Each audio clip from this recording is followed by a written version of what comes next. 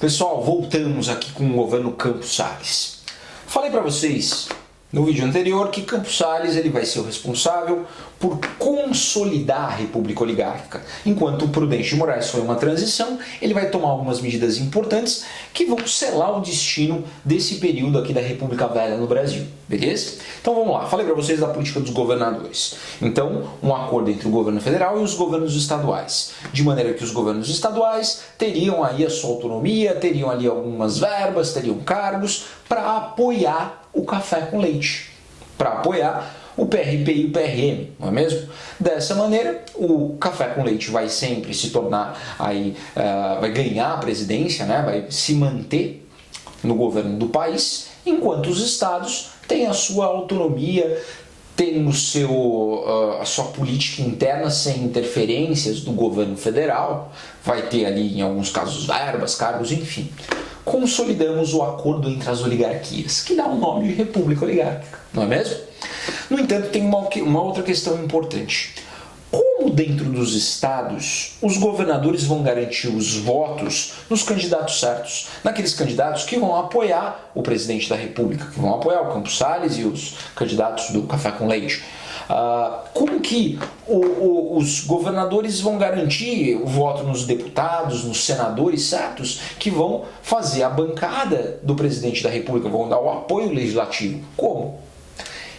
E aí que vai entrar o coronelismo, pessoal. Um dos assuntos mais vestibularescos quando o tema é República Oligárquica. Coronelismo. Pessoal, coronel era o nome que nós dávamos, coronéis, que nós dávamos para os grandes senhores de terras, tudo bem? Era uma espécie de pronome de tratamento para essas pessoas importantes, poderosas. Pois bem, os coronéis, eles eram geralmente líderes regionais.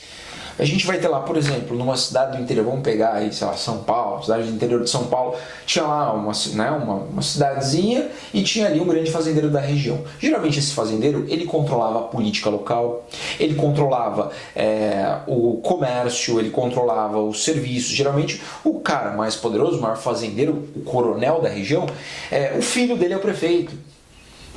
O outro filho dele é o delegado, a filha dele é dona ali da farmácia, da padaria no centrinho, não é mesmo?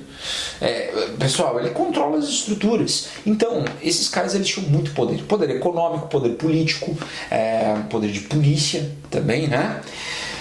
Figura clássica do coronel. Então, vamos imaginar, quando esses governadores combinaram com Campos Salles o acordo dos governadores, a política dos governadores, imagina, cada governador voltou para o seu respectivo estado e falou, bom, agora eu preciso garantir os votos nas pessoas certas.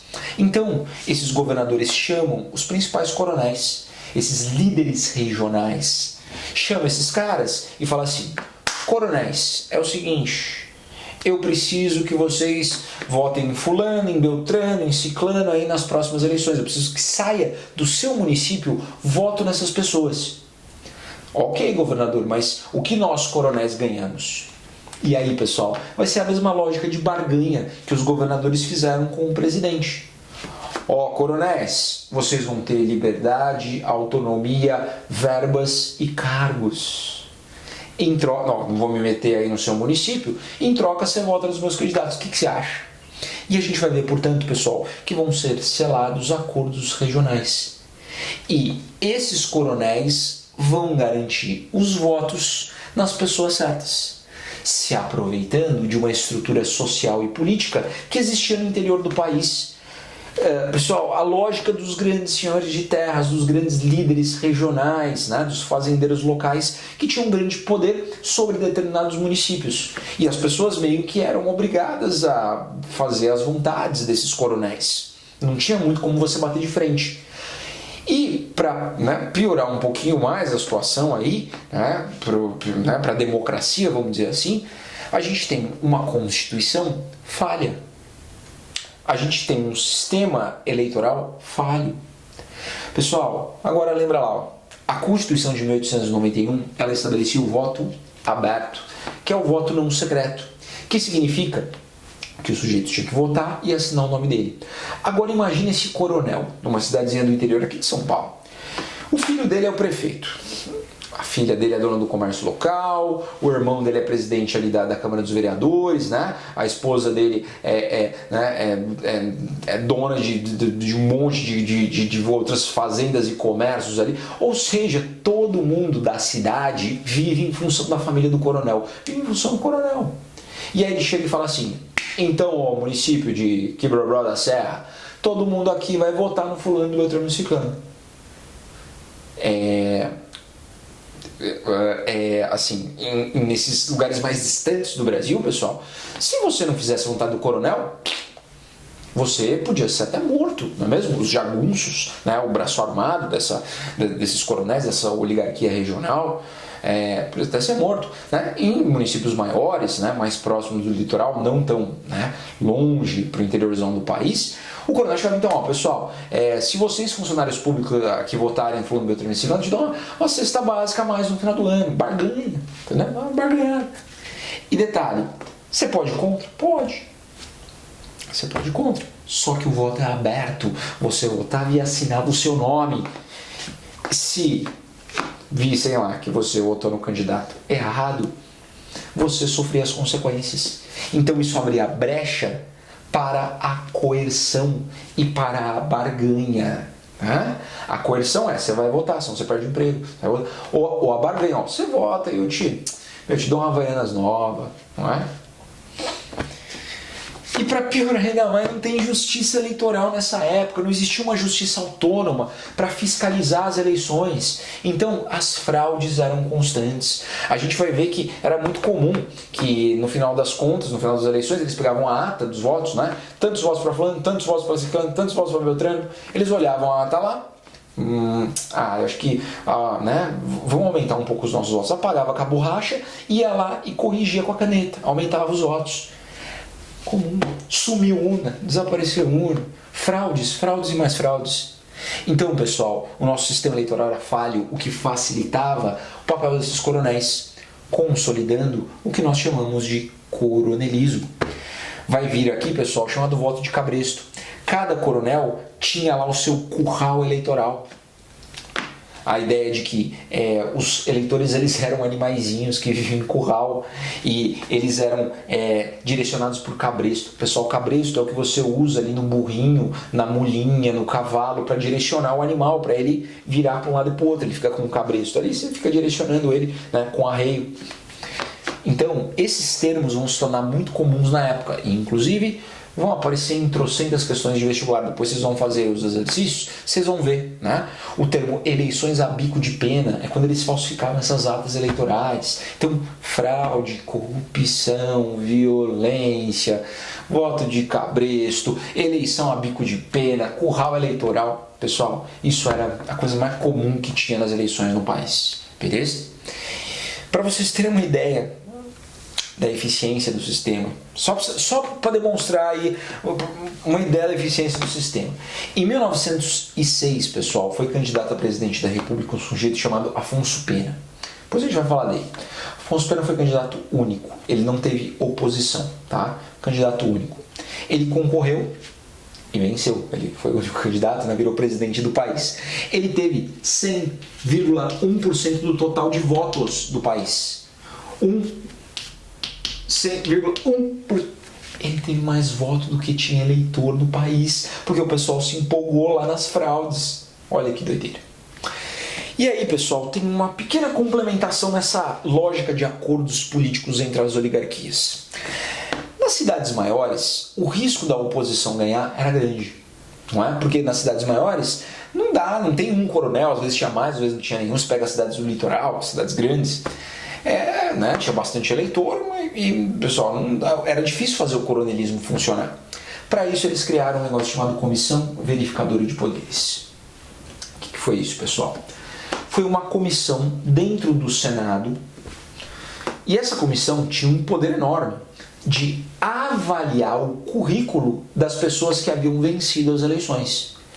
Eleições realizadas, terminadas, nós votamos, escolhemos os nossos representantes, dentro do limite do possível, né? E o currículo do nosso candidato ia para a comissão.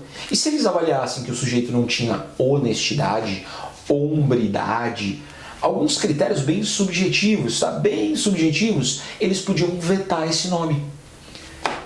Pessoal, na verdade, essa comissão servia aos interesses das oligarquias. A questão era, olhava o currículo do sujeito, esse sujeito que vai fazer oposição? Então, não, ele não serve. Ele era barrado. Pessoal, um bagulho bem complicado, né? Bem antidemocrático. Esse órgão, Comissão Verificadora de Poderes, foi conhecido como degola, tá? Porque ele degolava aqueles que não eram interessantes para o governo, beleza? Ganhou esse apelidinho, tá? Degola, isso é um apelido, tá? A imprensa chamava de degola. Tudo bem? Aí acabou, pessoal, não vai ter oposição. É por isso que a gente entende por que esses caras vão permanecer tanto tempo no poder, se sucedendo, né? O café com leite vai se sucedendo. Vai ter uma falha ou outra ali, mas de maneira geral vão governar o país por mais de 30 anos. Tudo bem? Beleza?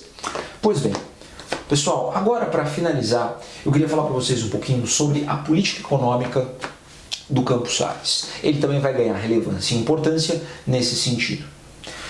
Lembro a vocês que quando terminou a República da Espada, o Brasil estava numa crise econômica, a crise do encilhamento, deixada lá pela política errada do Rui Barbosa de tentar industrializar, mas fez de maneira completamente errada, acabou, né, gerando uma crise inflacionária que foi durando. Quando o Campos Salles assumiu aqui em 1898, a gente estava vivendo aquela crise ainda. E Campos Salles, com todo o poder na mão dele, ele vai encaminhar a resolução dessa crise econômica. Como? Ele vai até a Inglaterra e vai assinar um acordo com os ingleses, que ficou conhecido como Fundiloan, tá? O Fundiloan, pessoal, ele foi um acordo de renegociação da nossa dívida externa.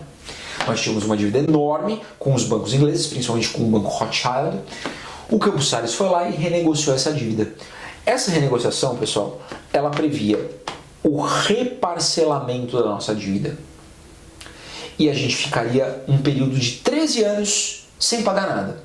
Esses 13 anos que a gente não pagou se tornaria uma outra dívida parcelada que a gente passaria a pagar dali 13 anos. Beleza? Então foi um acordo que à primeira vista parecia até interessante, né? No entanto, se a gente olhar por um outro lado, pessoal, os juros aumentaram pra caramba, né? Para eles aceitarem a renegociação, mais juros em cima. E o segundo ponto que é problemático também foram as garantias que nós demos de que pagaríamos essa dívida. Porque toda dívida que você faz, né? Você vai num banco, pessoal, ele pede garantias, né? Que você consiga pagar aí as suas dívidas. E as garantias que nós demos, pessoal, eram coisas absurdas. A gente deu aqui, caso não pagássemos as nossas dívidas, a Inglaterra passaria a comandar a alfândega brasileira. Ia tomar o controle, né, dos oficiais do governo e ia controlar tudo que entrasse no país, ia ser controlado pela Inglaterra. Todas as estradas de ferro, a gente deu essa garantia também, todas as estradas de ferro, se a gente não pagasse a dívida, passariam para o controle da Inglaterra, do Brasil. Então, pessoal, é um bagulho absurdo que, para quem for estudar economia, vai estudar como um estudo de caso absurdo na faculdade, né, de economia, porque, né, isso era a mesma coisa que entregar o Brasil para a Inglaterra caso a gente não pagasse, né? Pois bem, a ideia era, se a gente ficar por 13 anos sem pagar essas dívidas, a gente tem tempo para reorganizar a nossa economia interna, para poder colocar a casa em ordem. Dessa maneira, a gente vai ter, né, um alívio para colocar a nossa economia em ordem e dali a 13 anos a gente vai estar muito bem, né? Passado 13 anos, a gente vai voltar a pagar, mas a gente vai ter dinheiro porque a nossa economia vai estar bombando, não é mesmo? Ou não? Outra questão, né, pessoal? Será que dali 13 anos vai estar tudo bem? Já adianto para vocês que não. Mas, né, isso já vai dar um alívio nas contas públicas, porque uma parte do que o governo arrecadava era para pagar os juros da dívida, era para pagar essas dívidas que nós tínhamos com a Inglaterra. Então isso já vai dar uma aliviada, contribuindo para essa estabilização. O governo gasta menos com o pagamento de juros da dívida. Ele pode usar esse dinheiro para outras coisas. No entanto, a política econômica que vai ser implementada pelo Campos Salles foi além do Fundiloan, tá? Quando o Campos Salles negociou a dívida, ele voltou para o país. Ele vai, junto com o seu ministro da Economia, propor uma política de estabilização econômica do país com uma série de medidas. Uma série de medidas. Tais quais, pessoal, tais quais o aumento de impostos para o governo arrecadar mais. Ele vai diminuir a quantidade de moeda circulante. Isso vai levar ao controle da inflação. Então ele vai dizer assim, ó, parou de emitir papel moeda e a gente vai tirar uma parte desse papel moeda de circulação. Então o governo arrecadava uma grana e fazia o que, pessoal? Uma parte desse dinheiro era literalmente queimado, tirado de circulação. Se você diminui a quantidade de dinheiro circulante, você tem uma valorização da moeda. Beleza? Pessoal, aumenta o imposto, tira a moeda de circulação. Beleza? Ele vai, pessoal, aos poucos tomando medidas drásticas, duras, medidas que os economistas chamam de medidas recessivas, tá? Ele vai estabilizando a economia. Só que, como eu disse para vocês, medidas recessivas levam à recessão. Então a nossa economia vai estabilizar. Então, como consequência disso, a gente vai ter a estabilização. Porém, os anos Campos Salles foram anos muito difíceis, porque os mais pobres que têm menos acesso à moeda, pessoal, vão sofrer mais, né? Ainda mais com o aumento de impostos, né? Vai ser um outro problema. Então a gente vai conseguir a estabilização, só que essa estabilização vai ser acompanhada por uma recessão econômica. Então o governo Campos Salles foi um ano de nada de crescimento, de alto desemprego, do aumento do custo de vida, porém as dívidas do governo vão ser estabilizadas. Olha que beleza. Por isso, Campos Salles acaba sendo esse personagem importante que eu falei para vocês. Não se importem em decorar a ordem de presidentes da República Oligárquica, não se preocupem em ficar decorando o nome, tá? De presidentes da República. Mas se for para lembrar de um, lembra dele. Geralmente no vestibular, quando cobram especificamente um, geralmente é ele. Porque com a sua política dos governadores, com a sua política do café com leite, com a consolidação do coronelismo e com a estabilização econômica, ele vai se tornar um presidente bem importante para construir esse período longo da história do Brasil de mais de 30 anos. Beleza? Quando ele termina o governo dele, pessoal, está consolidada toda a lógica oligárquica bonitona. Beleza? Foi ele que montou o esquema. Seguinte, ele não foi um presidente muito popular, vamos dizer assim. Quando ele terminou o mandato dele, pessoal, a gente vai ver que ele saiu do Rio de Janeiro, ele era paulista, ele estava, né, na capital, no Rio de Janeiro, né, no Palácio do Governo, ele saiu em direção à ferrovia para pegar o trem para vir para São Paulo e foi vaiado o caminho inteiro. Então, pessoal, ele acabou não sendo um presidente muito popular, né? Mas ele acabou sendo importante no sentido de você entender a consolidação do sistema oligárquico. Beleza? Sacou? Então é isso aí, pessoal. Encerramos por aqui. Não esqueçam de fazer os exercícios, né, as tarefas, e a gente se vê aí nos próximos vídeos. Até mais!